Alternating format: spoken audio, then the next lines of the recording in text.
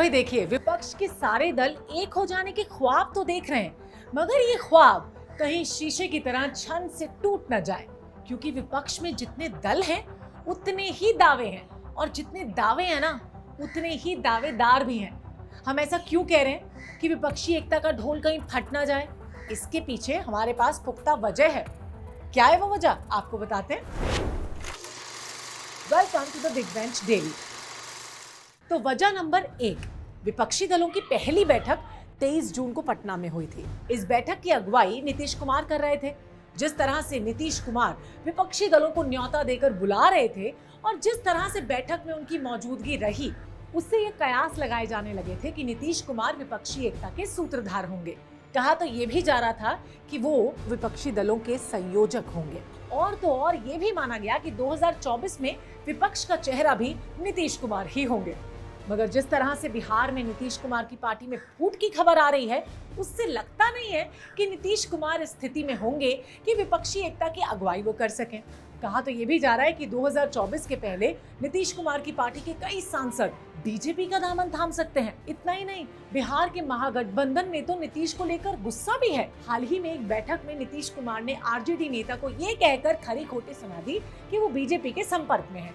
अब जब नीतीश का अपने ही राज्य में मामला डावाडोल दिख रहा है, तो विपक्षी दल उन्हें भला कैसे अपना नेता बनाएंगे?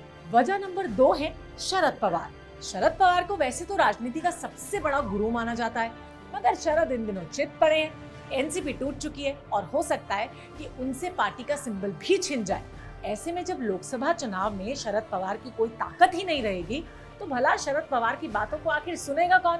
और चलो सुन भी लेगा तो मानेगा कौन? तीसरी और सबसे अहम वजह, कांग्रेस। विपक्षी दलों की ये जो दूसरी बैठक हो रही है ना, वो बैंगलोर में 17 और 18 जुलाई को होनी है। अब खास बात यह है कि इस बैठक की अगुवाई कांग्रेस कर रही है।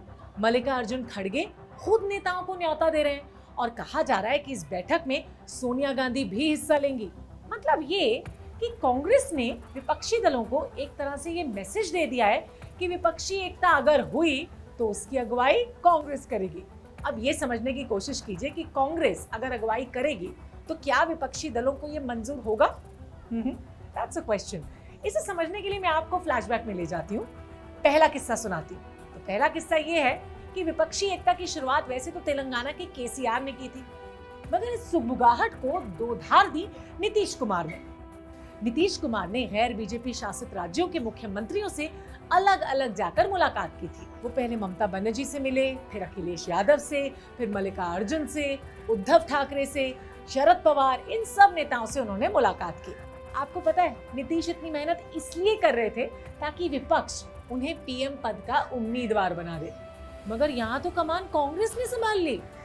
अब नीतीश कांग्रेस का समर्थन कैसे करेंगे? दूसरा किस्सा आपको बता देती हूँ। जैसे ही विपक्षी एकता की बातें शुरू हुई, ममता बनर्जी एक्टिव हो गई।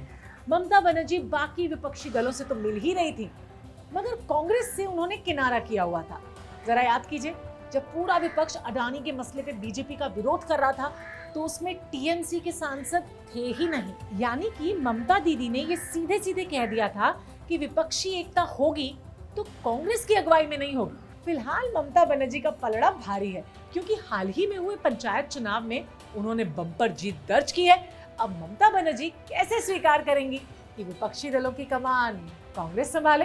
तीसरा किस्सा, लोकसभा सीटों के लिहाज से उत्तर प्रदेश सबसे बड़ा राज्य है। यहाँ लोकसभा की 80 सीटें हैं और राज्य में मुख्य विपक्षी दल समाजवादी पार्टी है।